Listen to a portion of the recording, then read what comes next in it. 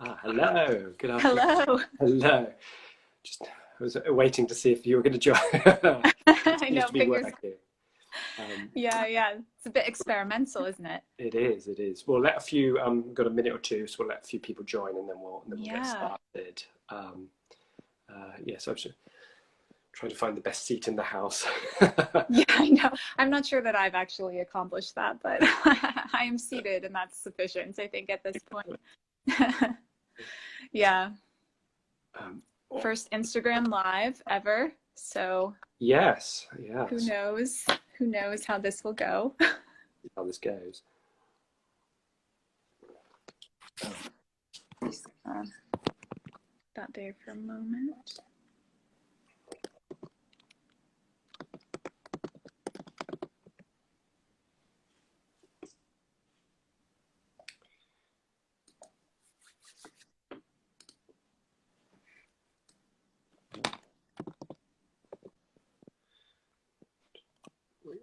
So can we, oh yeah, we can see how many people are on. So, yes, so people should join in and out, and then we can record. Yeah, I think it automatically records, so we can upload it, so people can watch us later on the Instagram.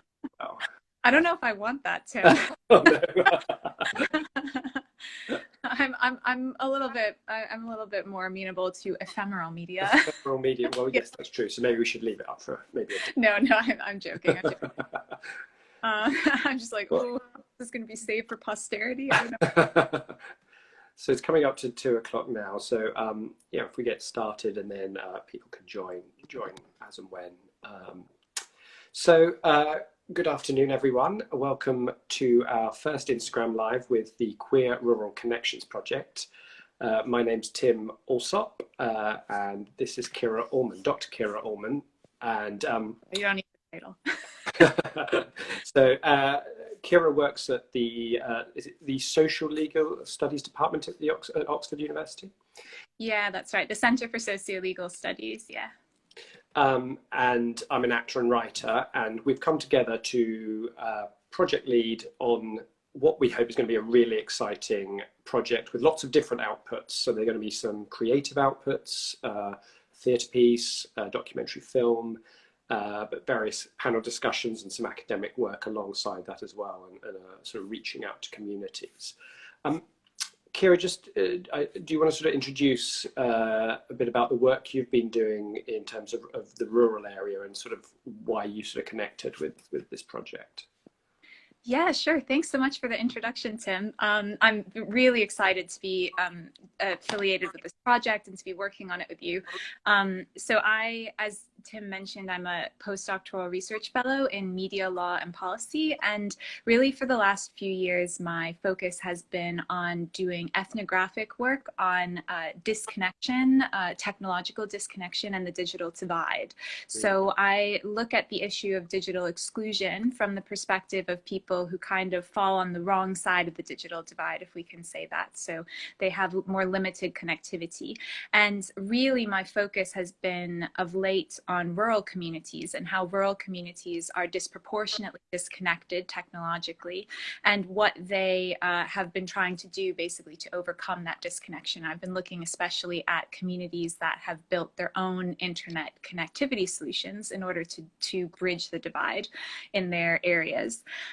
So I'm really interested in kind of connectivity broadly, and with a particular interest on technological connectivity in rural contexts, and how technological connectivity, so connections to the internet, is either sort of subverting kind of some of the exclusions of rural life, but also potentially reinforcing some of them. And so my interest in this project is really on what this means for queer communities in rural settings, and whether potentially digital connectivity is helping to overcome some of the exclusions of being queer in a rural setting, or whether it's creating kind of new geographies of exclusion and marginalization in certain ways. And the last thing I'll say is I'm also quite interested in how digital spaces and digital depictions of queerness, or queer digital spaces and digital depictions of queerness are either sort of disproportionately urban or metropolitan, or whether there are maybe some ways in which the rural has kind of asserted itself in this space in interesting ways. So that's really where my interest in the project comes from. And I was just really excited about the idea of bringing this to a broader non-academic public. And so I think it would be great, Tim, if you could talk a little bit about where your concept for the project came from and what your motivation was really in putting this project together. Well, I think with a lot of creative stuff, there's definitely a personal resonance. And there were sort of 2 points really. That last year I left London, left a major metropolitan space and moved back to, I mean, I wouldn't describe where I live now as rural necessarily, as more provincial. I mean, I know that's a very loaded term, which I think we can talk about as well. But the act of leaving a major city, especially as a queer person, as a gay man, there felt like a lot of cost in that. And it began a sort of process of thinking and of, well, how do I feel about moving back to a space that isn't considered as important as what it felt like for amongst some groups of my friends, some of it in terms of my acting and theatre world that feels very London centric. But also then it made me start thinking about where I grew up as well, which was in a much more rural part of Suffolk.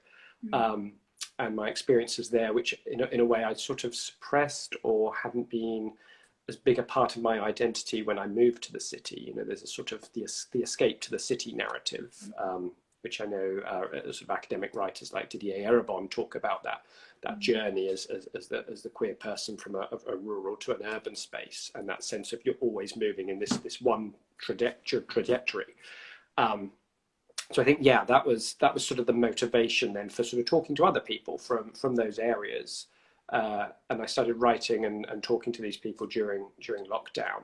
And I began to sort of build a network of people who were also interested in the same sort of themes, were thinking about how it related to their own sort of experiences, sense of self-worth, what they were doing with their life, where they felt there were pressure points.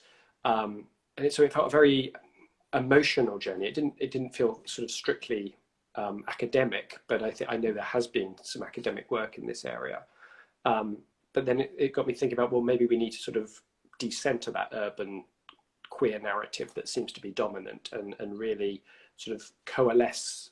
And because there are lots of interesting projects going on throughout the country. And I think that's what's interesting, is that there's lots of this important small scale work going on. And actually, if we can find a way to bring those together and create a web and a network, I think that was really part of the drive for me wanting to do the project, and also to have this creative output, which I suppose again is motivated by we're in a period where the theatre industry is really struggling, and we're all finding ways to try and create our voices and get our kind of our sort of creativity out into the world. So I think that was also a motivation for this project as well. Yeah, exactly, and kind of really bringing the product of the research process and the creative production aspect back to the communities that have inspired it. I think it was a really big motivation for us as well. Yeah, well, because there is this wonderful academic work that's going on, but so often it isn't fully integrated into the people that we're talking with or interviewing or researching about. And I think really that there is a real kind of connection point through theatre and film, I think, and of people being involved in that process, and of us sort of really finding ways for our thinking to be integrated into their lives as well, for them to feel like they've got an active voice there. So I think that's going to be a strong part of the way in which we work, is bringing lots of different people on board, different artists, but people working, people who are farmers, gardeners, whoever's out there, and really allowing them to sort of think about how they want to tell their experience as well. So having those different creative outputs, I think, gives us a sort of opportunity for that.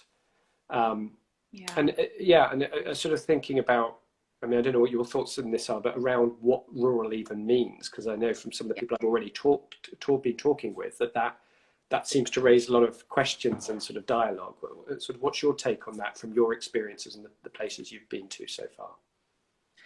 Yeah, well, I mean, I think that there are the ways in which rurality is defined officially, and then there are the ways that people themselves kind of conceptualize rural status. So I think that you can feel like you live rurally, or you can feel like you come from a rural background in due to a lot of different factors. And some of that has to do with the geography of the place that you live, and some of it has to do with how connected you feel, how easily can you move, can you escape almost. I think the more disconnected you feel, either by transport networks or by technological connections, the more geographically isolated you are. And I actually think that, whether for right or wrong, rurality is associated with this concept of geographic isolation.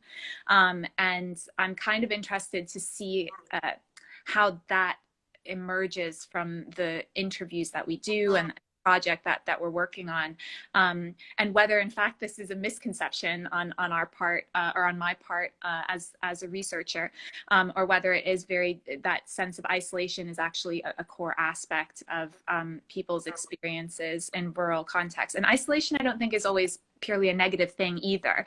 I think that there is a lot of appeal about it. And I mean, it's a good time to be reflecting on that right now during the COVID-19 pandemic, where we're all having to isolate a lot more. And I think while this has been a real struggle for many of us, I think there are also some really amazing opportunities to explore the positive aspects of isolation, the space for self-reflection and development, and kind of slowness as well, slowing that pace down. Yeah, I think what we even mean by rural exactly, in terms of the feelings that we attach with that space, that sense of isolation doesn't have to necessarily be a negative thing. That there's an emotional connection with a place, which can be complex. You know, I was talking with someone the other day who was saying, well, they couldn't really feel like they could return to the rural space where they grew up, because there were so many complex emotions in terms of coming out, bullying, things like that happening at their school, but they still were rooted in the sense of the rural, so they felt very comfortable living in a different rural part of the UK, and could find resonances there. But it was about the difficulty of moving back to a particular place, and time, I should say, because what I'm interested about is also the generational differences. It's one thing if you've never left the space in which you grew up. You know, you're now a 60, 70-year-old person who's lived and worked within maybe a 15-mile radius of where you were born, and your family is still all there, and your connection to that place, versus someone like me who's been able to move and come back, you know, to a large degree on my own terms, or that you're finding that those differences, I think, are quite interesting. What you were talking about with the internet, I think, is really interesting for a younger generation who might be more, for want of a better word, articulate with how to use online media, and may feel very connected online, but maybe don't see queer venues around them. But we know because we know a lot of them have closed, and I'm interested in how that's shifted the space. That if you were 50 or 60 and you were going to these queer spaces in the 80s and 90s, but now I'm not there, largely because of economic reasons, then how does that change how the community works? But also even think about rural Suffolk versus rural Wales, or parts of Scotland, or the north and south divide, and how it intersects with things like class, I think, as well. I'm really interested in exploring. I mean, I don't think we talk enough about rural poverty and how that intersects. So how class and poverty intersects with queerness as well. You know, how much mobility do people have to make choices about where they move, the jobs they do. So I think that would be an interesting thing that will come out of the project, hopefully. Yeah, I think maybe it would be helpful if we just briefly talk through what the elements of the project are. So how we plan to actually gather, let's call it data, I guess. I'm taking very research language there, but how we plan to gather the background data for the project, and then what the ultimate outcomes are. Would you like to kind of walk us through that? Yes. So we've initially we're contacting people, some of whom I've had connections with already, but through a sort of snowball sampling effect, we're going to reach people in different parts of the UK. And we're putting together a series of thematic-based questions that we will send out to them. And that's going through an ethical process with the university. and then the plan is to go and spend time with them. So for those participants who want to, you and I and a sort of film crew will come around and film their sort of what it's like to live and work. We may take them to venues and places that were important to them, and see them in their space. And I think sort of we need to sort of tell those stories in their spaces, and I think that's going to be a really important part of it. But we've got the support of lovely partners who are really helping to do that. So first of all, we're being supported by Torch as part of the Humanities Cultural Programme at Oxford, who've given us sort of financial support, but also planning support. And then we're going to be working with other partners who are going to help us deliver both the film aspect and then a live show are going to take place at these venues, and they include the Merle in Reading and the Museum of East Anglian Life. So the whole thing is about taking the show and the film back to those areas, or that they will be shown and experienced in those areas, so that we can access that community, and they can talk to each other. They can not just the queer community, the straight community living in those areas as well will be able to sort of engage with the work. So there'll be these creative legacies, hopefully, with the museums and heritage spaces and arts venues. And then alongside that output, we will be doing some academic research as well, which will culminate in a panel day in Oxford, where we'll be inviting speakers to talk about the work they're doing, and hopefully we'll be able to engage with the film and the show as part of that as well. Yeah, and we're going to work really hard throughout, I think, to make sure that as many aspects of the process itself of kind of collecting the background information, the interviews, going to visit these rural contexts and speak to people, as well as the ultimate outcomes. So the panel discussion you mentioned, the film and the theatrical performance, we're really going to work hard to make sure that all of those are as transparent and accessible as possible.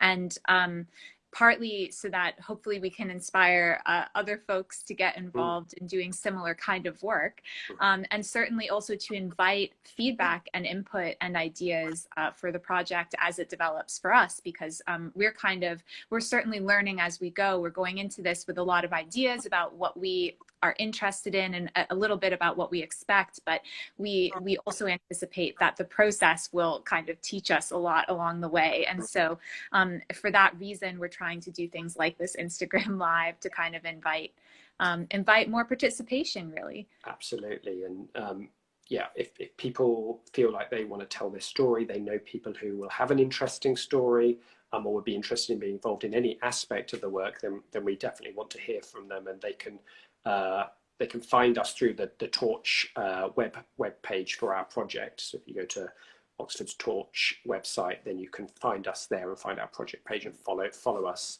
but also contact us and sort of tell us what's going on in your area. And I think, yeah, for me, that's really important, that it doesn't become sort of a mono voice, that it really is a queer rural in the sense of a community, and that we really, because yeah, I don't know what all those experiences are like, and I have, I have my experience from Suffolk. I've got people that I can talk to there, and what it's like to move away and come back to a place. But for someone who's of a different generation, who may have grown up in a very isolated area, or maybe in a coastal town, and I think those are interesting places that are, I suppose, maybe people don't think of as being rural immediately, but actually are in terms of, again, those connectivity issues, the amount of sort of energy, money and investment into those areas. I think those are important points to sort of talk about. So what we even mean by urban. And I suppose just as we're drawing things to a close, one of the things that's already come up through some of my research is that through a government study, there are over 50,000 people who identified as LGB within the East Anglian region. So when we are talking about a minority, but a really sizable one, and I think that's really exciting, is that there are lots of people, not even to mention the ones that probably didn't feel comfortable coming out in a government survey, but there really is a huge community of people out there living really interesting and diverse lives. So that's, we want to tell those stories, really.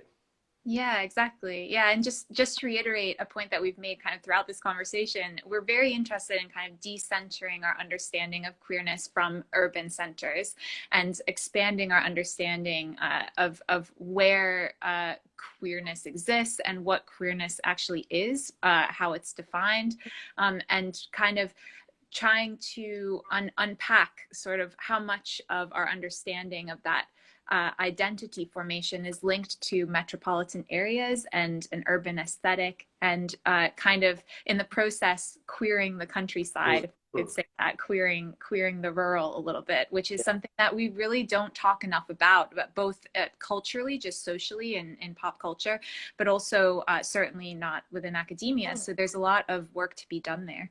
Yeah, and well, that's just raised the point of things like queer oral history and the both the ethics around it, but also the problem of like how do we tell a queer history, again, a queer rural history, when archives and material was sort of collated and catalogued under a culture that didn't really recognise that or refused to sort of engage with that. And so I think but there are really exciting projects going on again, like Pride in Suffolk's Past is one that the Suffolk Archives are leading, and we're going to be working and talking with them, and Broken Futures with Support You, another excellent investigatory project going on. So that's, yeah, I think that, it's not just about this time, it's about reclaiming the countryside or queering the countryside. I like that idea of sort of, but in time as well.